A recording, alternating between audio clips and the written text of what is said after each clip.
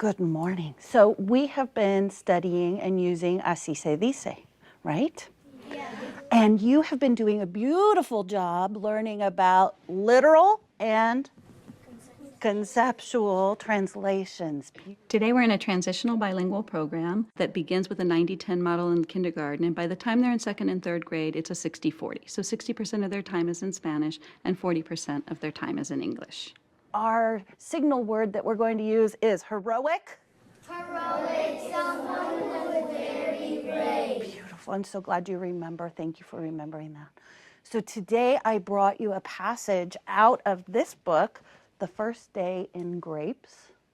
So the strategy in this classroom is called así se dice, and the strategy is really, it's purposeful translation.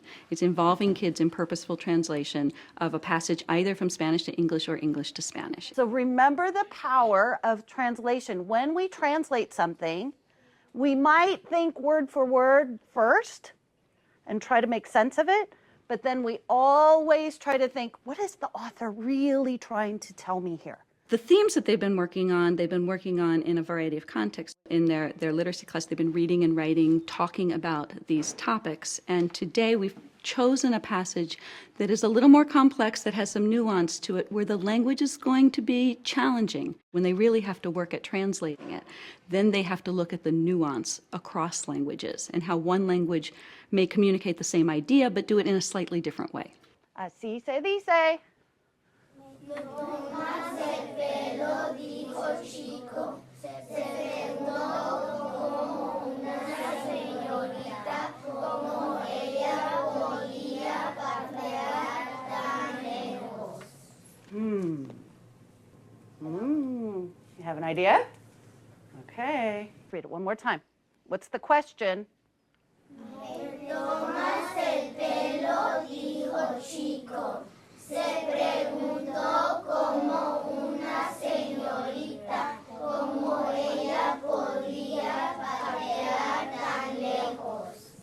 Turn to your neighbor, please. And we're eye to eye, knee to knee. First of all, everyone in the room got to answer the question, right? So it's not a teacher asked the question and one or two students get to share out, but that the teacher asks the question and everyone gets to turn and speak about that particular question. We know that every student got the opportunity to share their thinking while on the carpet and then to hear the thinking of a few others before they return to their desk to work with an individual partner. Heroic. Someone who is very brave. All right. So number 14. What did you come up with your partner? Why did you take my hair? Said Chico. He asked like if he was a girl that could bat from far away. Interesting.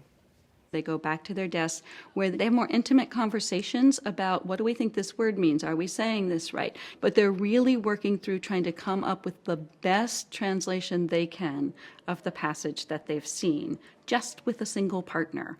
Now they get to hear a little bit about what other kids are saying at their desk, and that's fine, right? Like the whole idea is that we learn from others in our environment, and so we want to see lots of talk, lots of negotiation.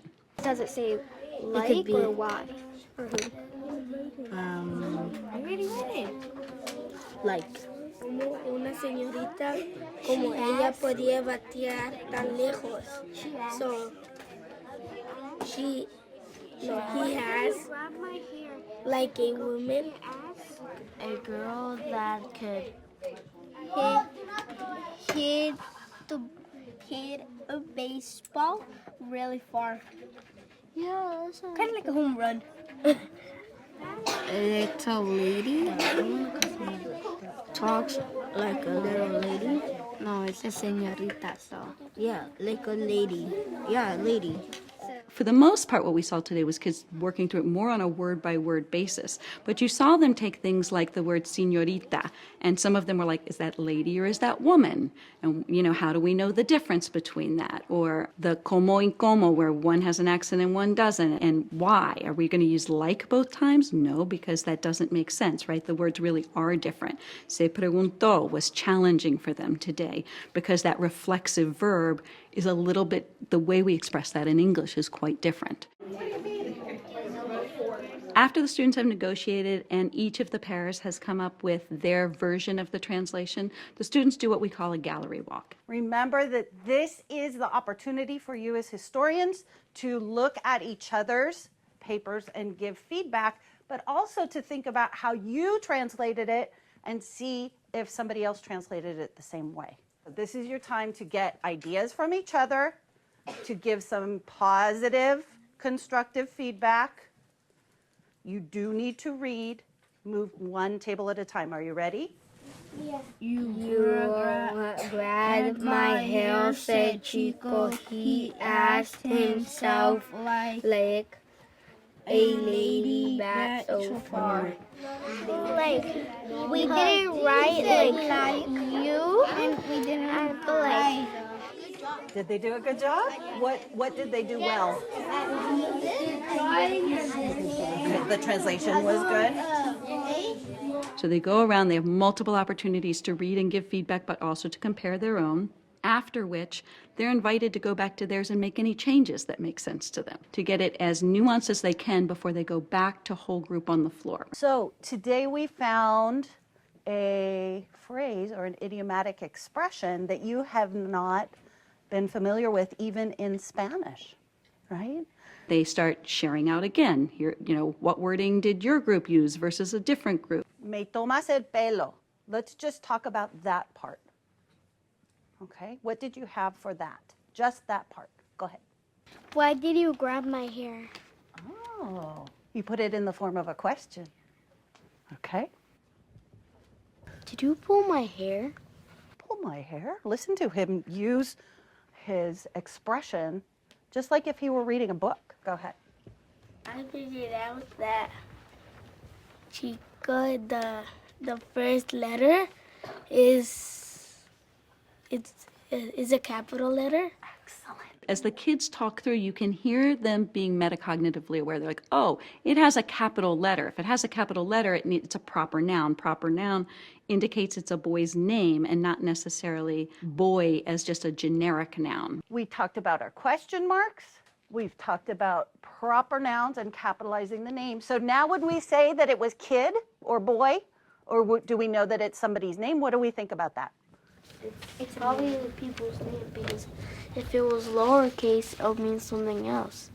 All of those little nuances of language are what we want kids to be attending to, so that they start to see even the written clues that help us to gain meaning from passage. So there's a phrase here.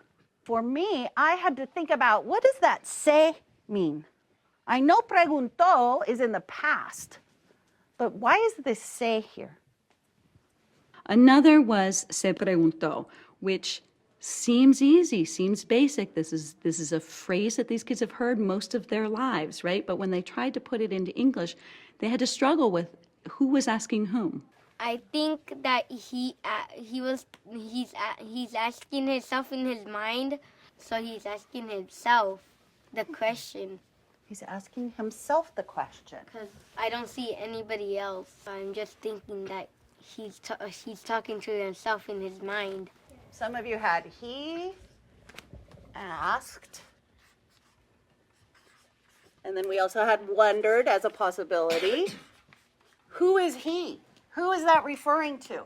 Chico. Chico. Beautiful. That was a point that most of them had not put in their writing, and yet as they talked it through on the carpet, they all got there. And so each piece of the Así se dice becomes important because kids know what they've already come up with, and then they learn from the collective wisdom in the group. Let's see what Mr. King Perez said. He said, "Are you fooling me?" Chico said.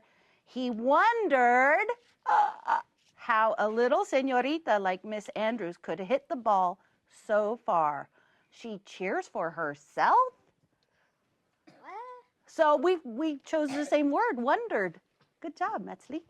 All right. We know from research very clearly that you have to have multiple opportunities to practice. You need to have comprehensible input and comprehensible output in order to acquire a language. Así se dice is part of a larger project that we've been doing for 13 years, and so it's a small piece of a biliteracy component. We know that kids are learning better and becoming more biliterate without losing either of their languages, which is a goal, right? That it's not just that we are in bilingualism to acquire English, but that we want these kids to be really bilingual and bicultural. And so we want to build and maintain both languages over time. So think of all the powerful knowledge you have about the two languages and how many things we were able to talk about. Okay? English is she and he. That's right. That's what we need to have to make sense of it. So all of those things are happening in your brains as you are translating. Isn't that amazing? That's powerful stuff. You are like superheroes with two languages.